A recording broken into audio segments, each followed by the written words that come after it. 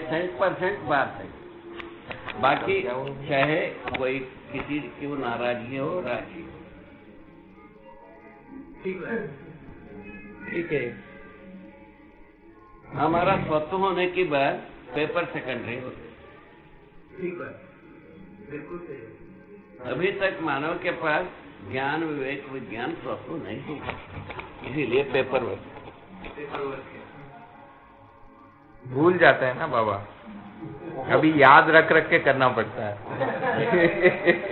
देखो, प्रयोजन, उपयोगिता, सदुपयोगिता, प्रयोजन है जैसी होते हैं, वो भूलता कैसे नहीं?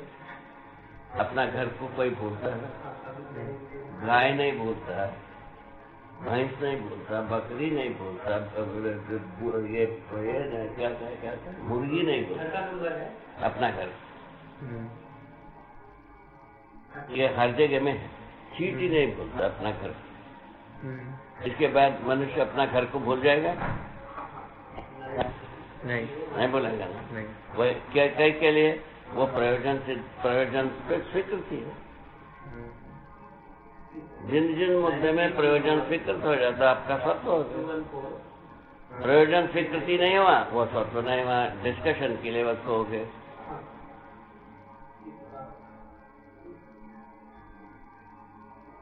ये पेपर वर्क सब डिस्कशन के लिए है। कोई भी आदमी किसी का पेपर पढ़ता नहीं। जितना सेमिनार हमने अटेंड किया, इंटरनेशनल, नेशनल सेमिनार, धार्मिक, वैज्ञानिक, है ना, मैंने शैक्षणिक, जितने भी विधा में हम अटेंड किया, एक आदमी दूसरे की बात को सुनता नहीं, ना पढ़ता। ठीक बात है।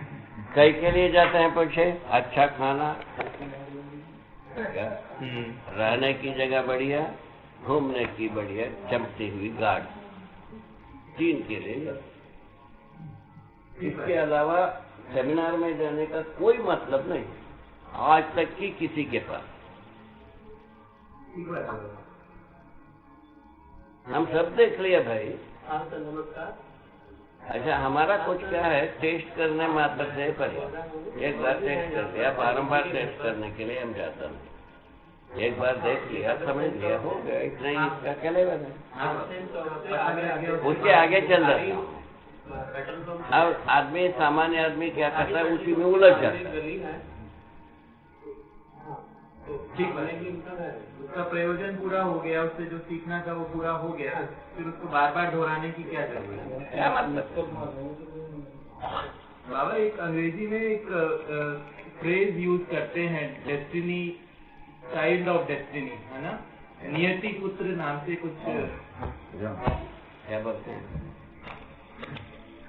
अंग्रेजी में एक डेस्टिनी, चाइल्ड ऑफ डेस्टिनी का एक शब्द का प्रयोग किया जाता है। डेस्टिनी, हाँ, नियति पुत्र को कहा जाता है। तो आपको ऐसा लगता है कि नियति पुत्र के रूप में है लक्ष्य? जैसा हम वहाँ अमरकंटक बिना रायपुर से चले अमरकंटक जाना, ये डेस्टिनी। हाँ, डेस्टिनेशन से अलग है बाबा। जैसे ये बात आपके माध्यम से अस्तित्व में प्रकट हुई, अस्तित्व दर्शन की जो बात है, मध्यस्थ दर्शन की जो बात है, तो ये मतलब कैसे आप इसको कह सकते हैं? वही तो, बस नियति लक्ष्य, मानव का लक्ष्य दोनों एक होने से, इतना ही तो बस। तो ये अपने ऊपर, नियति लक्ष्य को हमने पहचाना है, हाँ, मानव लक्ष्य को मैंने पहचाना है, ये दोनों शैक्षणिक विधि से एक जगह में आता है। बाबा, कई लोग ऐसे इतिहास में हुए जिन्होंने ऐसा बोला अपने आप को कि हम, मतलब है ना, नियति ने मुझे जिम्मेदार रखा है, कि जैसे चाहे वो नहीं है, वो नहीं हुआ, वो अभी तक नहीं हुआ। नियति का मतलब ये होता है जितने दुर्घटना होना है, यह नियति।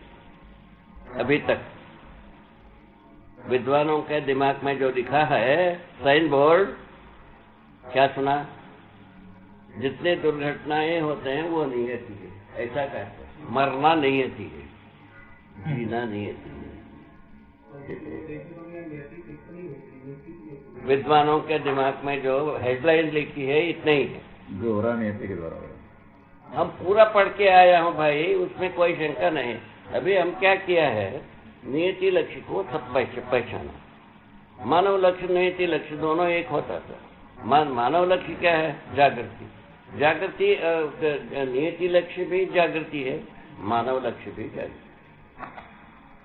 कितने तो बात, नियति सहज लक्ष्य, मानव सहज लक्ष्य, जागृत मानव सहज, ये दोनों एक जगह में मिलते हैं। सब जो है ना मानव जाति होता है। अभी 275 जाति में बटे हुए हैं, उसके जगह में मानव जाति का पहचान होता है। मानव जाति का पहचान होता है ना मानव चेतना के आधार पर होता है। अभी जीव चेतना में व्यक्ति को पहचान, समुदाय का पहचान, इससे ज्यादा कोई पहचान। व्यक्ति की सुविधा के लिए, समुदाय की सुविधा के लिए धरती नाश हो जाए, सर्व मानव नाश हो जाए, बाकी सभी समुदाय नाश हो जाए, कोई चिंता नहीं। इसको कैसा बताते हैं? तो राज करेगा, अभी इसमें गुरुद्वारा में जाओ, राज करेगा काली,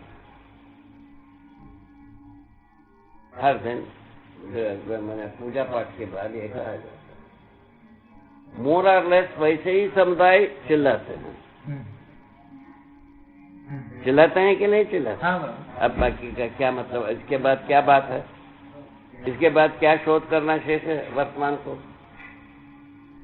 वर्तमान को शोध करना शेष नहीं रहेगा ना। अब क्या है? जीना, भविष्य की उज्जवल भविष्य होने के लिए सोचना। दो बात आती है।